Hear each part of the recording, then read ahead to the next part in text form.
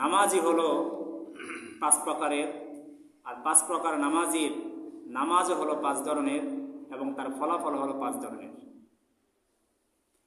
আজকে আমরা এই সংক্ষিপ্ত সময়ের মধ্যে 3 প্রকার নামাজির নামাজ সম্পর্কে জানব এবং তাদের ফলাফল কি সেই ব্যাপারেও জানব। এটা জানার পরে বোঝা যাবে যে আমরা কোন প্রকারের মধ্যে রয়েছি এবং আমাদের সেই প্রকার পরিবর্তন করা প্রয়োজন কিনা। প্রথম প্রকার নামাজই হলো ওই নামাজি যে 1 ওয়াক্ত নামাজ পড়লে আরেক ওয়াক্ত পড়ে না।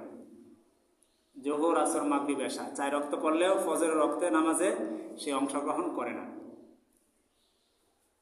সারা সপ্তাহে নামাজ না পড়ে শুধু জুমার নামাজে অংশগ্রহণ করে। এমনও নামাজি আছে সারা বছর নামাজ পড়েন, শুধু 2 ঈদের মধ্যে নামাজে আসে।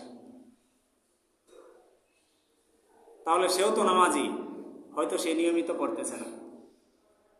আল্লাহ নবী সাল্লাল্লাহু আলাইহি ওয়াসাল্লাম বলেছেন যে নামাজি ব্যক্তি সে নামাজের মাধ্যমে জান্নাতের চাবি অর্জন করতে পারে। কিন্তু এই যে প্রথম প্রকারের ব্যক্তি যে 1 ওয়াক্ত নামাজ পড়লো, আরেক ওয়াক্ত পড়লো না, 4 ওয়াক্ত পড়লো, 1 ওয়াক্ত পড়লো না, বা সারা সপ্তাহে পড়লো না, শুধু জুমার নামাজ পড়লো, সেও তো নামাজি। তাহলে সেও কি জান্নাতি? সেও কি জান্নাতের চাবি পাবে কিনা?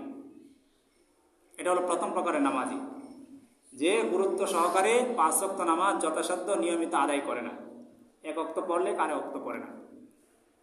তার ব্যাপারে বলা হয়েছে হাদিসের মধ্যে, সে যে ওয়াক্তের নামাজ পড়েছে সেই ওয়াক্তের নেকি তো সে অর্জন করেছে, কিন্তু যে ওয়াক্তের নামাজে সে অংশগ্রহণ করে নাই সেই ওয়াক্তের নামাজ না পড়ার কারণে সে জাহান্নামী হয়ে যাবে, জাহান্নামের মধ্যে সে শাস্তি ভোগ করবে। তার মানে নামাজি হলেই শুধু জান্নাতে যাবে এর কোনো গ্যারেন্টি নেই, বরং নামাজি হতে হবে নিয়মতান্ত্রিকভাবে 5 ওয়াক্ত নামাজ গুরুত্ব সহকারে আদায় করতে হবে। যে ব্যক্তিটা গুরুত্ব সহকারে 5 ওয়াক্ত আদায় করলো না, 1 ওয়াক্ত ছেড়ে দিল আর 1 ওয়াক্ত করলো, সে যে ওয়াক্তটা ছেড়ে দিছে সেই ওয়াক্তে নামাজ ছেড়ে দেওয়ার জন্য তাকে জাহান্নামের মধ্যে সেই শাস্তি ভোগ করে পরে জান্নাতে আসতে হবে। এই হলো প্রথম প্রকার নামাজি এবং সেই প্রথম প্রকার নামাজির নামাজ এবং তার ফলাফল। সে যে ওয়াক্তে নামাজ পড়েছে সেটার নেকি সে অর্জন করেছে, আর যে ওয়াক্তের নামাজ সে ছেড়েছে সেই নামাজের জন্য জাহান্নামের মধ্যে তাকে অবশ্যই শাস্তি ভোগ করতে হবে। এটা হলো প্রথম প্রকার নামাজি, তার নামাজ এবং তার ফলাফল। দ্বিতীয় প্রকারের নামাজি হলো ওই ব্যক্তি যে 5 ওয়াক্ত নামাজে গুরুত্ব সহকারে পড়ে। 5 ওয়াক্ত নামাজে পড়ে, জুমার নামাজ পড়ে, সপ্তাহে প্রত্যেক দিন 5 ওয়াক্ত নামাজ পড়ে, কিন্তু সে যে নামাজ পড়ে নামাজের মধ্যে যে শয়তান ধোঁকা দেয়, মনোযোগটা যে নামাজের বাহিরে নিয়ে যায়, সেই মনোযোগটাকে আবার নামাজের মধ্যে ফিরিয়ে আনে না। শয়তান মন নিছে তো নিছে, নামাজে দাঁড়ানোর পরে আমাদের শয়তান মন নিয়ে যায় না? ক্ষেত খামারে, চাকরিতে, ব্যবসা বাণিজ্যে কত চিন্তা, সবার ক্ষেত্রেই, আমার ক্ষেত্রেও এটা হয়। তবে এখানে একটা নবীজি নিয়ম বলে দিয়েছেন যে শয়তান কখন আপনার মনোযোগ নিয়ে যাচ্ছে আপনি এটা কিভাবে টের পাবেন। দেখবেন নামাজের আগে সংসারের এত চিন্তা আসে না, নামাজের দাঁড়ানোর পরে সংসারের যত চিন্তা আসে। সুতরাং বুঝতে হবে নামাজে দাঁড়ানোর পরে যদি সংসারের এত চিন্তা আপনার মাথার মধ্যে ঢুকে যায়, তখন মনে করতে হবে যে শয়তান আপনার অন্তরের মধ্যে অ্যাটাক করেছে, শয়তানের স্পেশাল বাহিনীর হামলা হয়েছে। সুতরাং দ্বিতীয় প্রকারের নামাজি হলো ওই ব্যক্তিরা যারা 5 ওয়াক্ত নামাজে পড়ে, কিন্তু নামাজের মধ্যে যে শয়তান তার মনোযোগটা নিয়ে যায়, সে আর দ্বিতীয়বার সেই মনোযোগটাকে ফিরিয়ে নিয়ে আসে না। সে মনে মনে এটা বলে না যে আমি নামাজের মধ্যে আছি, হাই রে শয়তান আমার মনোযোগ নিয়ে গেছে, আমি আবার মনোযোগটাকে নিয়ে আসি। এই চেষ্টাটুকুকে সে করে না। আর এই চেষ্টাটুকু সে না করার কারণেই সে নামাজ পড়ার পরেও সেই হাসরের ময়দানে তাকে জাহান্নামের শাস্তি ভোগ করতে হবে। 50,000 বছরের মাঠ দাঁড়িয়ে দাঁড়িয়ে শাস্তি ভোগ করতে হবে।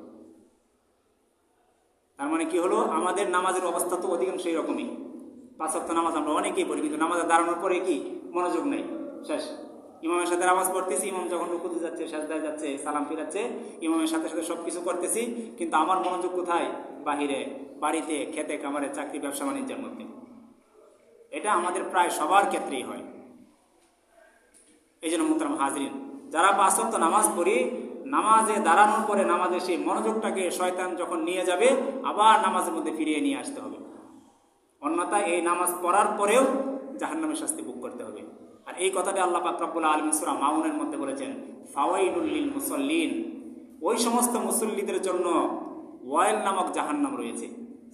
মুসল্লি কারা? যারা নামাজ পড়ে তারাই তো মুসল্লি। তাহলে নামাজিদের জন্য আবার জাহান্নাম কেন? এই যে দ্বিতীয় প্রকারের নামাজি, যারা নামাজ পড়ে কিন্তু নামাজের মধ্যে মনোযোগটা কি করে না, ধরে রাখে না, শয়তান নিয়ে যায় তো নিচে আর ফিরিয়ে নিয়ে আসে না। এই প্রকারের নামাজের জন্য ওয়াইল নামক জাহান্নামের ঘোষণা হয়েছে। আর ওয়াইল নামক জাহান্নামটা কিরকম?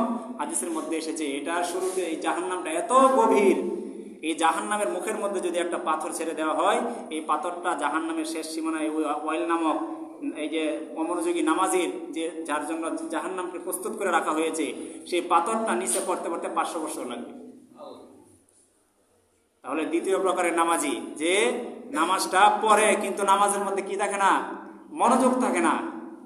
সে নামাজ পড়তেছে কিন্তু নামাজের মধ্যে শয়তান যখন মনোযোগ নিয়ে যাচ্ছে সে মনোযোগকে ফিরিয়ে নিয়ে আসতেছে না, অবহেলায় অলসতায়, মানে নামাজের প্রতি কোনো গুরুত্ব নাই, গুরুত্বহীনভাবে নামাজ পড়তেছে। নামাজ পড়ার পরেও তার জন্য জাহান্নামের ফায়সালা হয়ে যাচ্ছে। অথচ আল্লাহ নবী বলেছেন নামাজ পড়লে কি হয়? জান্নাতের চাবি পাওয়া যায়। তাহলে এই যে তৃতীয় প্রকার ব্যক্তি যে নামাজ পড়লো কিন্তু নামাজে মনোযোগ নেই, সে কি জান্নাতের চাবি পাবে?